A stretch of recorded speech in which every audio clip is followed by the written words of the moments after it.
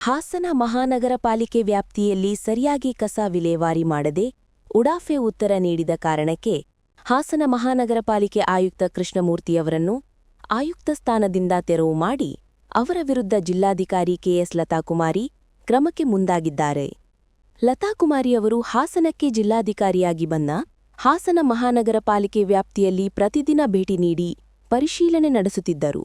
ಈ ವೇಳೆ ಹುಣಸಿನಕೆರೆ 80 ಅಡಿ ರಸ್ತೆಯ ವ್ಯಾಪ್ತಿಯ ಹಲವು ವಾರ್ಡ್ಗಳಲ್ಲಿ ಸ್ವಚ್ಛತೆ ನಿರ್ವಹಣೆ ಸರಿಯಾಗಿ ನಡೆಯದೇ ಇರುವುದನ್ನು ಗಮನಿಸಿದ್ದಾರೆ. ಅಲ್ಲದೆ ರಸ್ತೆ ಬದಿ ರಾಶಿ ಕಸ ಕಂಡು ಶಾಕ್ ಆಗಿದ್ದರು. ಬಳಿಕ ಕಸವನ್ನು ಸ್ವಚ್ಛ ಮಾಡಿ ಸಾರ್ವಜನಿಕರು ಕಸ ಎಸೆಯದಂತೆ ಎಚ್ಚರ ವಹಿಸುವಂತೆ ಸೂಚನೆ ನೀಡಿದ್ದರೂ ಸಿಬ್ಬಂದಿಗಳ ಕೊರತೆ ನೆಪ ಹೇಳಿ ನಿರ್ಲಕ್ಷ್ಯ ತೋರಿದ ಕೃಷ್ಣಮೂರ್ತಿ ವಿರುದ್ಧ ಡಿಸಿ ಕ್ರಮ ಕೈಗೊಂಡಿದ್ದಾರೆ. ಇದೀಗ ಕೂಡಲೇ ಜಾರಿಗೆ ಬರುವಂತೆ ಹಾಸನ ಮಹಾನಗರ ಪಾಲಿಕೆಯ ಆಯುಕ್ತರ ಸ್ಥಾನದಿಂದ ತೆರವು ಮಾಡಿ ಮುಂದಿನ ಆದೇಶದವರೆಗೂ ಹಾಸನ ನಗರಾಭಿವೃದ್ಧಿ ಪ್ರಾಧಿಕಾರದ ಅಧ್ಯಕ್ಷ ಕೆಎಂ ರಮೇಶವನ್ನು ನೇಮಕ ಮಾಡಿ ಆದೇಶ ಹೊರಡಿಸಿದ್ದಾರೆ.